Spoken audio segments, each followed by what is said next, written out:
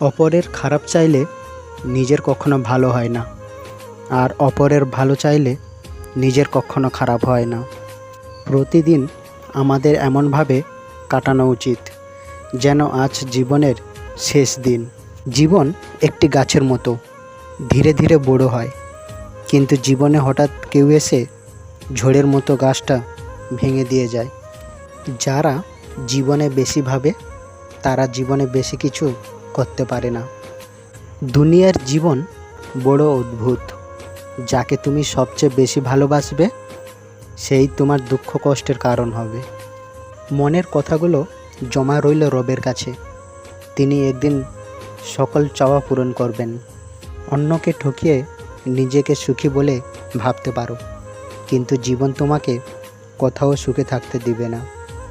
আজ টাকার অভাব নেই, আজ বাড়ির অভাব নেই, আজ খাবারের অভাব নেই, আজ মানুষের অভাব নেই, তবুও কেউ শান্তিতে নেই।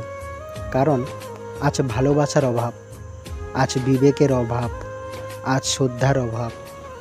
কে কী করছে, কেন করছে, কিভাবে করছে, যত কম জানবে জীবন তত ভালো থাকবে। চাহিদাগুলোকে সামর্থ্যের মধ্যে রাখুন, দেখবেন জীবনে সুখের অভাব হবে না। মশারির বাইরে পা রাখলে মশা তো কামড়াবেই।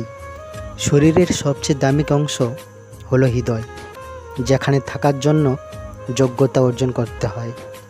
ধনীরা যখন ডাকাতি করে তখন তাকে ব্যবসা বলে, আর গরিবেরা যখন তা ফিরে পেতে লড়াই করে তখন তাকে বিশৃঙ্খলা বলে। আমরা মানুষেরা কত অদ্ভুত। আমরা যখন কাউকে ভালোবাসি তখন তার খারাপকে ভুলে যাই, আর যখন কাউকে ঘৃণা করি তখন তার সব ভুলকে ভুলে যাই।